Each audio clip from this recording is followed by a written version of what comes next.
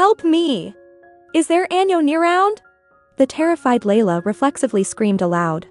But her shout was met by the silence that she realized Uncle Bill wasn't at home. No. I think if I apply just a little more for the branch break. Calm down, you have to calm down. Just a little more. If I can reach over there I could. Please.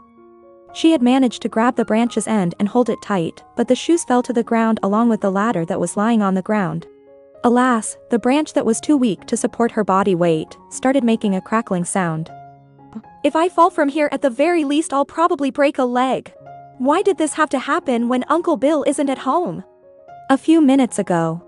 She was traveling home after sending Kyle off when she suddenly heard the sound of a helpless squeal. Layla spotted a fallen baby bird under a tree in the backyard. A tiny, fragile nestling that had just recently had its feathers begin to grow. Oh, did you fall? It's okay, I'll take you home. Layla wrapped the baby bird with a careful touch and raised her eyes, looking up at the tree. Precisely as she had thought, there was a bird's nest sited in one of the tree's limbs. The tree loomed quite high, but thankfully, the baby bird wasn't severely injured. The nest was nestled between branches higher than the ladder, so she had no choice but to clamber further. Climbing that high usually had never been a problem for her. But with the baby bird in her pocket, Layla became more circumspect in her movements and couldn't be as nimble as usual. She painstakingly stretched her arms as far as she could and safely handed back the baby bird to its nest.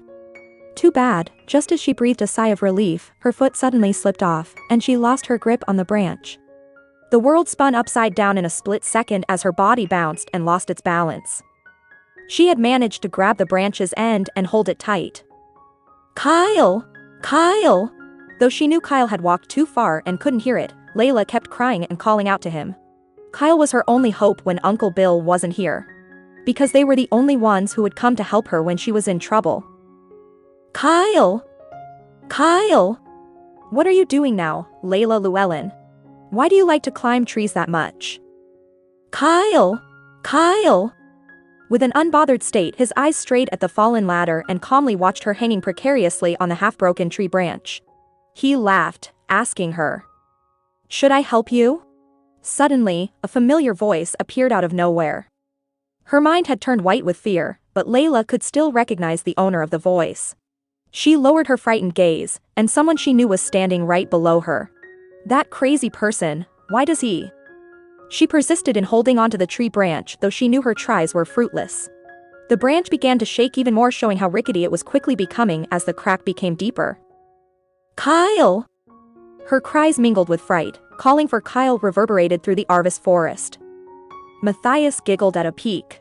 He turned to look down the path that the young man had gone. He's not coming. Go away! If you're not willing to help, just go. Why are you still standing there? She snapped at him in annoyance and shooed him away. No matter how heartless he is, doesn't he feel the least bit concerned when he sees people in danger? It seems you're gonna fall, I'll call someone to save you. What? I'm not such a heartless person, Layla. Matthias's lips curved into a drowsy grin. I'll call Mr. Etman, whom you were calling desperately. God damn it. Layla felt she had every reason for mowing him down with a hail of the most virulent cusses, if only her position right now didn't hinder her from doing so. But I'm really at my limit now. I can't stand any longer. Help. Help me. Layla wailed in despair. That's all she thought before her fear compelled her to forego her principles. Oh, really? Then call for me. For what? Call for me to help you. He took a few steps closer to the tree before coming to a stop and staring longingly at her. Rather than begging a man like him to save me, I would prefer to let myself fall, but the branch keeps shaking. I'm so scared because of how high it is. Matthias stepped forward, casually taking off his coat. As if he were waiting for the moment of her fall if his demand would not be met. Layla freaking knew it, that he was a man capable of those deeds. Duke, please. Layla begged him with teary eyes and her voice miserably sobbing. Her plea grew more despondent as the moment for her fall drew nearer. After she hailed him for the millionth time, the branch ended up broken. She fell. Layla's mind went blank. Her vision became hazy as her body floated down from the tree. Then he come. Matthias ran hell for leather towards the tree and embraced her deeply in his arms. Their bodies bumped onto the ground, but Matthias refused to let go, and kept hugging her with all his might. The dirt and dust broom clouding them colliding on the soil gradually dissipated. Layla's head was buzzing, but slowly she got her consciousness back. Soft. It felt pillowy and unbelievably cozy even though she had fallen from an elevated place. Layla opened her eyes. The warmth she felt belonged to a man, whom she had unknowingly hugged tightly. Duke Herhard lay underneath her. And she was blanketed safe and sound in his arms. She could feel the sound of his beating heart transmitted to her chest that were intimately in touch with each other. His arm muscles wounded around her waist and the back of her head stoutly were incredibly strong. As she slowly raised her head, a faint minty scent of water could be smelled from the nape of his neck. His skin was smooth and warm, and mantled with a wonderful fragrance. "You saved me." Though he wouldn't move a finger, whether I fell or not. "If I lift my head now, we'll definitely make eye contact, which is the last thing I want right now. What should I do? Why did he help me?" I even yelled at him to go away. And yet, when I was falling, I desperately called out for the Duke. Could he be laughing at me inside? I don't know. Anyway, the fact is that he saved me. I should get up and thank him properly right away. But something feels strange. It gave Layla a startled shudder when her body started to reheat. The heat, which had started from her cheek, quickly dispersed throughout her body in no time. Glossing over the shame as their bodies were entwined in a close knot. He was too big and too hefty. Matthias' bondage had only got Tem stronger the harder she tried to secede. "Hush. Stay still," Matthias ordered her with a low sigh. But Layla's resistance grew fiercer. "No." She was fed up. Her blood was boiling. "What a jerk, I don't want to." Layla tried to scream, but she didn't get a single word in. Matthias's choking embrace, which was trapping her, meanwhile became growingly hot. His head and waist hugging her were ever mightier. All of those strange yet unfamiliar sensations were getting AWOL to her, and Layla couldn't take it any longer. She was scared shitless and desperately tried to break free. But the more she wanted to resist, the more helpless she felt. Whatever she did, Layla couldn't push herself off of him. The moment her delusion soon coalesced with her worst dread, without heed of, she blindly bit the Duke's ear. Matthias winced in pain and Layla immediately pushed him back. Matthias found it hilarious watching her trembling so badly when she was the one who had savagely assaulted him. "Behave like a lady, Layla." Matthias lightly caressed his bitten ear. "So this is what I get in return after saving your life? Don't you think it's too unladylike? How dare he tell me to act like a lady in this situation?" "No. Why should be the only one to act like a lady? You're not behaving like a gentleman yourself." Layla's vivid green eyes glared at him ferociously, acting as she wanted to rip him into pieces. Without reflexes, she had been pushed to the ground. "Then the words you said in the annex. Were they lies?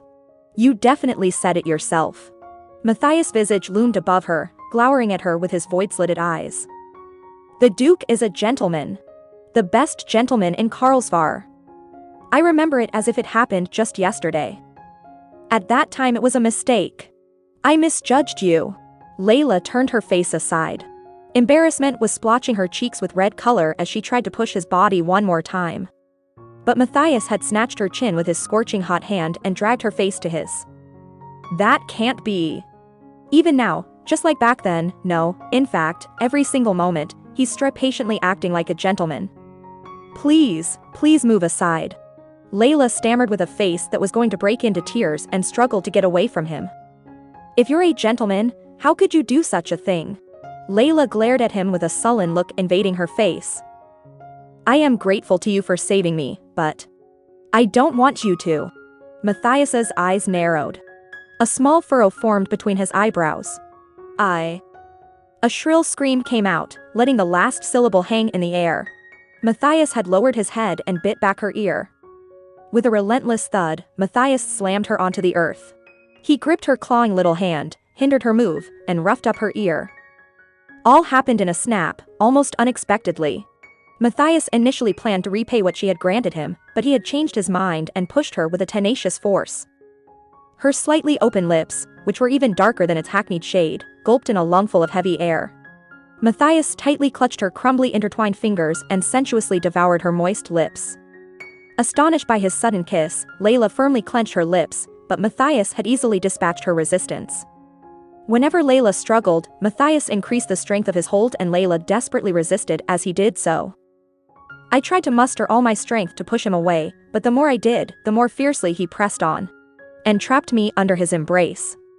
Layla groaned and twisted her body when he bit her clammy earlobe hard. The sound of sobbing and gasping was muggy and oven-like. Matthias weight-pressed her flailing limbs and branded his teeth mark all over her reddish ears. Their passionate kissing came perilously close to a brawl. At some point, Layla didn't even know what she was up to. The fear of not breathing and the necessity of needing to do so were grouped into one. Layla shook her head hard and yanked on Matthias' shirt. The ripped button on his shirt bounced on the ground. She scratched his skin with her sharp nails, stamping red streaks on his neck several times. Matthias tightly clutched her crumbly intertwined fingers and sensuously devoured her moist lips. Astonished by his sudden kiss, Layla firmly clenched her lips, but Matthias had easily dispatched her resistance. This sweltering summer would end by soon enough. Matthias perfectly got the picture. Still, it didn't stop him. On the flip side, the Duke's attempt to suck her lips and tangle her tongue with his only seemed to flare more. Layla had no choice but to resign herself defeatedly as if she were a living prey that had been consumed by a predator. Her breath became weak and thready at the brachial. She cried out in heartbreak when Matthias' desirous lips started to travel her scruff quickly and strongly. What was plastered over her sight every time she opened her tightly closed eyes was only a fickle scene. The shaking leaves. The unfolding sky. And Matthias. The dirty floor, wherein the leaves silhouettes flickered over it, and him again. The yellowish dust clumped onto and canopied them in a sandy shroud. The red hickey engraved by Matthias' lips one by one began to garnish her clavicle. Tears sprung to her eyes as his lips began to trail down her collarbone. Layla's mind went numb. Matthias, thankfully, was able to put a stop to his deeds.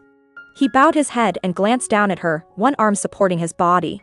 Layla opened her eyes. Matthias' gasp was still erratically rough, but his eyes didn't seem to be those of a man engrossed in lust.